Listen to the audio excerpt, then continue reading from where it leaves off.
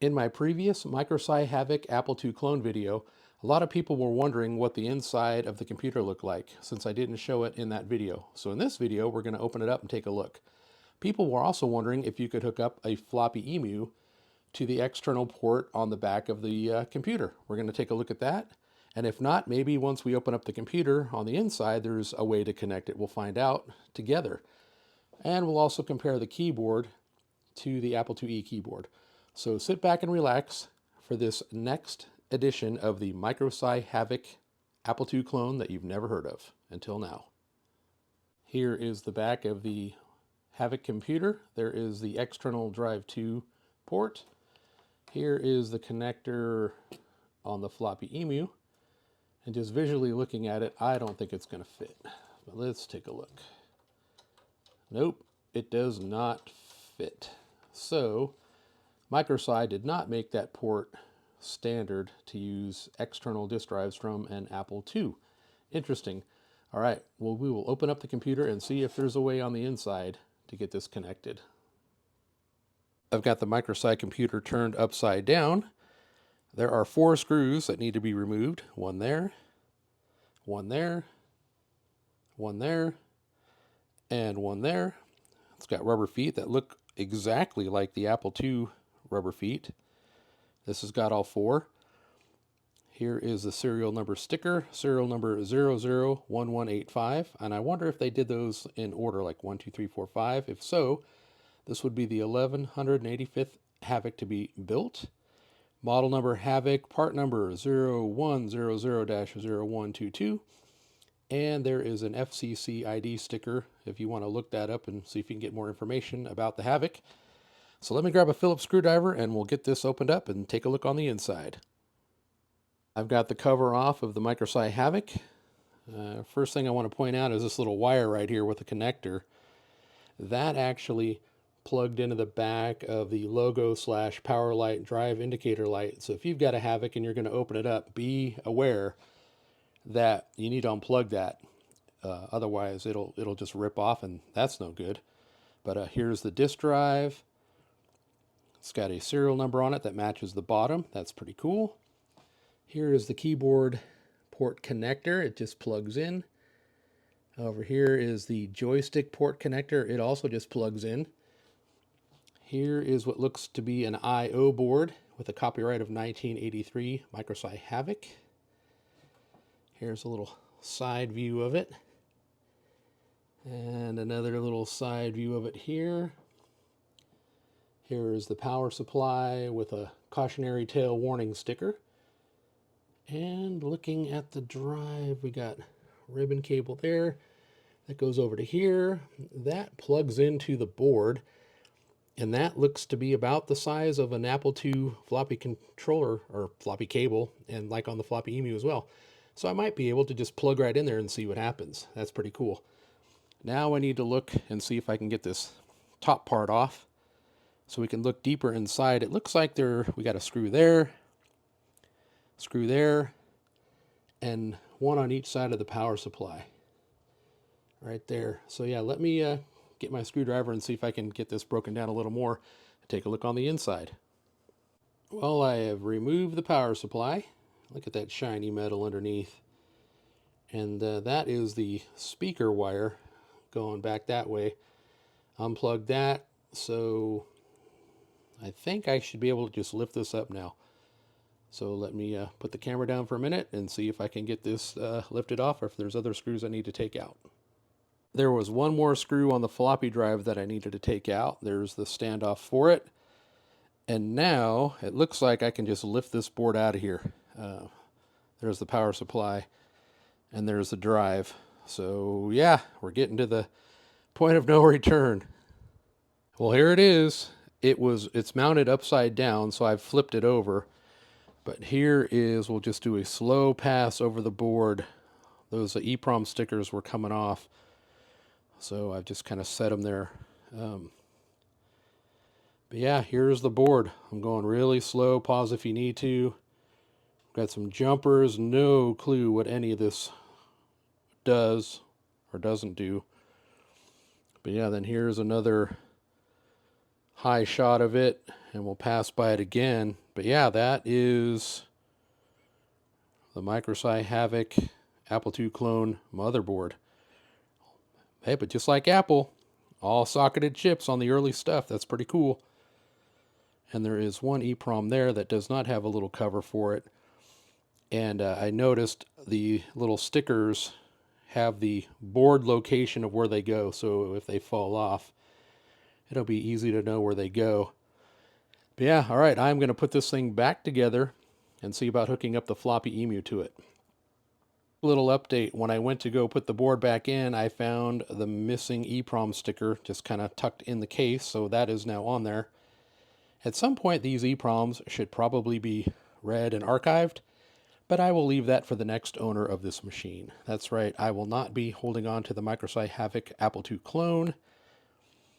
I just wanted to document it for my channel, and I'm going to get it into the hands of somebody that will love it and appreciate it for what it is. But yeah, one final shot of the board before I get it buttoned back up and see if we can get the FloppyEMU connected to it. I've got the motherboard, power supply, and everything put back, screwed in, plugged in. Looking good.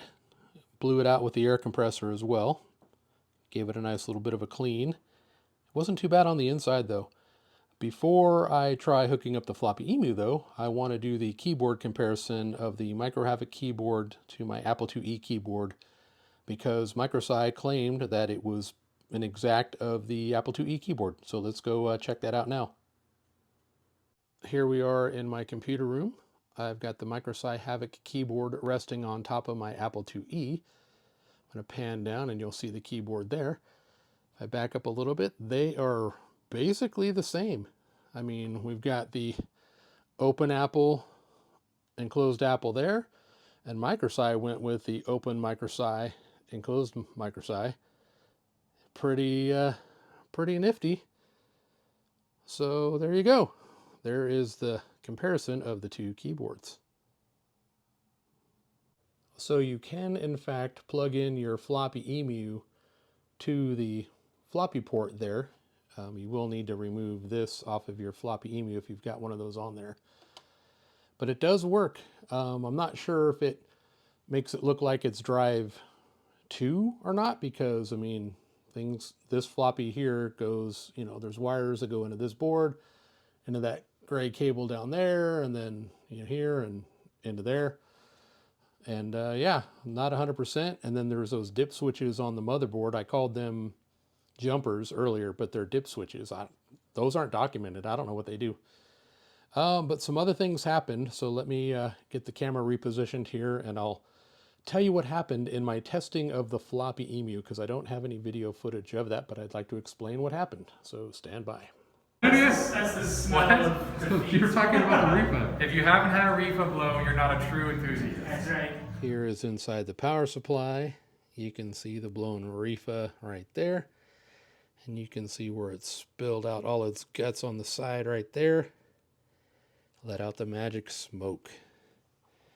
Well, I don't have any of those RIFA in my stock, so I won't be replacing that right now, but we can at least document the power supply. It is an Astec, which